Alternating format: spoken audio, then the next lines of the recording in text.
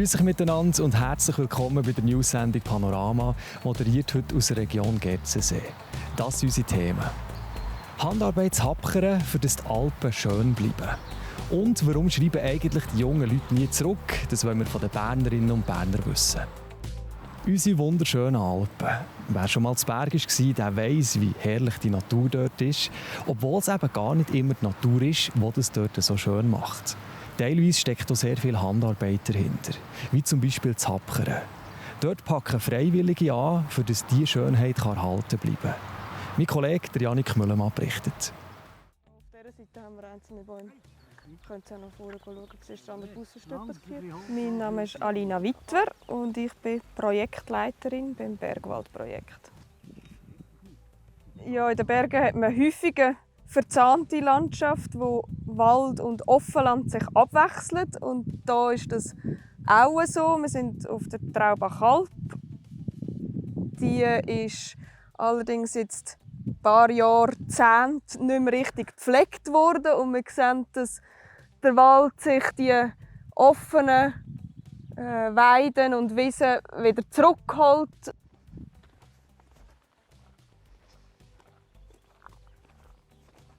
Ja, gestern waren wir auf einer anderen Alp schwänten. Da ist ein Bauer arbeiten und er hat dann gesagt, die Traubach-Alp sei eigentlich immer die schönste Alp gewesen. Und jetzt sei sie der Meinung nach die wenigst schönste Alp. Es wachsen hier Büsche drinnen und wir unterstützen die Alpschaft dabei, jetzt die Weiden offen zu halten, weil die offene Landschaft natürlich Lebensraum bietet, nicht nur für Tiere, die zur Alp gehen und wir nachher nutzen, also in der Berglandwirtschaft, sondern auch für diverse Pflanzen, Insekten, Kleinsäuger, Vögel, die angewiesen sind aufs Licht und die offene Landschaft. Also das ist auch eine Frage von der Biodiversität, dass wir die offene Struktur erhalten neben dem Wald. Und da schaffen wir jetzt dementsprechend ein bisschen am Übergang Wald-Kulturlandschaft und dann eher den Wald ein bisschen zurückdrängen. In anderen Fällen schaffen wir mehr im Wald.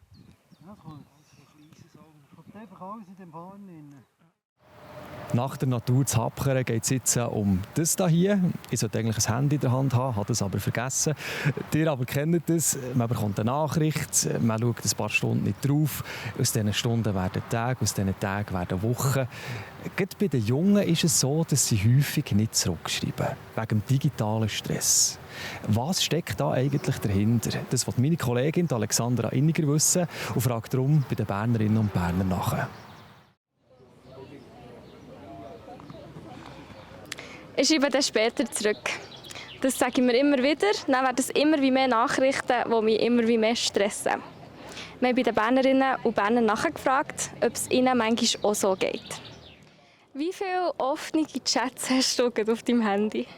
Die also vorhin alle zu, aber sonst habe ich schon 4, 5 sind sicher auf Alben. Ja, bei mir sind es etwa 5, 6.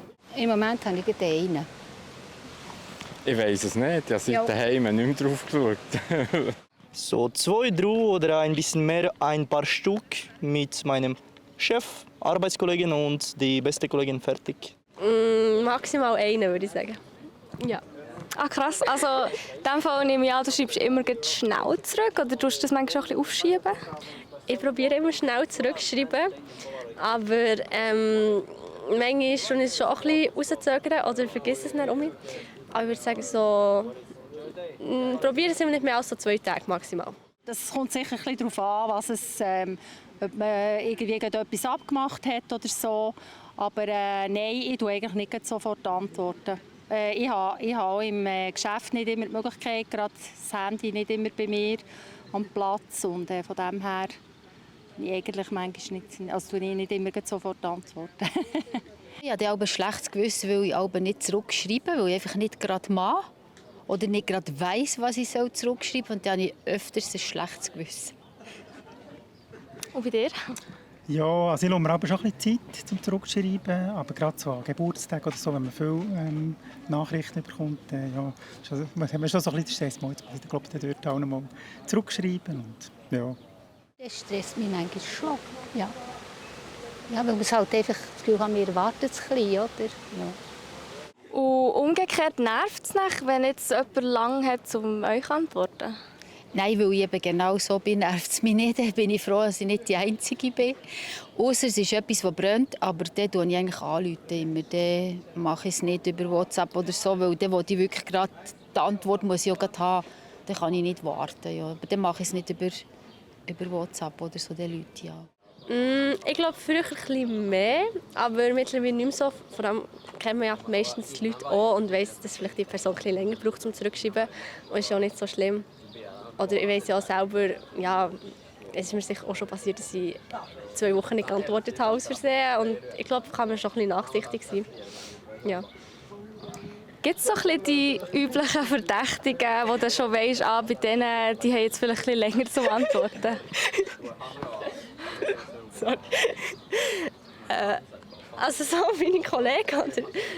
Ja, es gibt schon vielleicht 2, 3 Personen, aber da weisst du es ja und das ist noch nicht so schlimm. Ja, sicher, natürlich. Ich glaube, bei jedem ist passiert, mit Kollegen abgemacht und alle wissen, alle sind frei und ob antwortet nicht, die wichtige Person, die muss alle Sachen, so wie Essen, Getränk oder sowas bringen, antwortet nicht und muss eine Stunde warten, nur diese Person. Deswegen manchmal ja, macht das Stress. Hast du das Gefühl, die jungen Menschen sind da eher ein bisschen unzuverlässiger beim Zurückschreiben? Ja, sicher.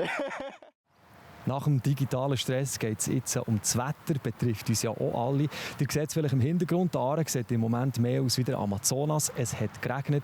Kommt denn da noch mehr? Das wollen wir von unseren Wetterexperten wissen. Ich sage euch das in ein paar Sekunden. Mehr Spannendes findet ihr auf unserer Webseite plattformj.ch. Das war es nämlich schon für heute. Schön habt ihr reingeschaut und macht's gut. Bis zum nächsten Mal.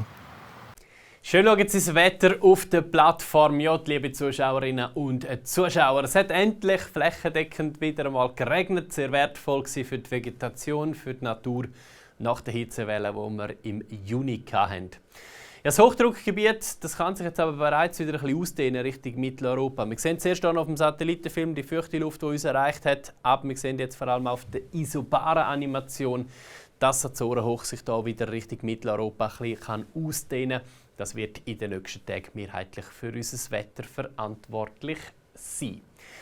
In der Nacht auf den Donnerstag ist es mehrheitlich klar und morgen am Donnerstag geht es dann recht sonnig weiter mit ein paar Wolkenfeldern und ein paar Quellwolken. Morgen perfekt zum Durchlüften. Temperaturen bei etwa 13, 14 Grad. Am Nachmittag dann warme, sommerliche 26 bis 27 Grad. Längst nicht mehr so heiß, wie es noch im Juni war. Ja, recht sonniges Wetter haben wir, wie gesagt, auch in den Bergen, trotz Quellwolken. Einen schönen Tag zum Ausflug machen. Ja, und Ausflüge machen kann man auch in den nächsten Tagen. Das Azorenhoch, das reinkommt, ist relativ stabil. Es ist zwar immer ein bisschen westlich von uns, aber wir haben trotzdem den Einfluss von dem Hoch und entsprechend geht es sonnig weiter. Speziell, wir sehen es hier über das Wochenende in einem sehr, sehr sonnigen Verhältnis. Die Temperaturen gehen wieder drauf, fast auf 30 Grad, spätestens ab dem Sonntag. Also da können wir uns in den nächsten Tagen dann wieder über viel Sonne freuen und auch wieder steigende Temperaturen. So heiß wie es im Juni war, wird es vorläufig aber nicht mehr. Danke vielmals fürs Zuschauen und einen schönen Mittwochabend.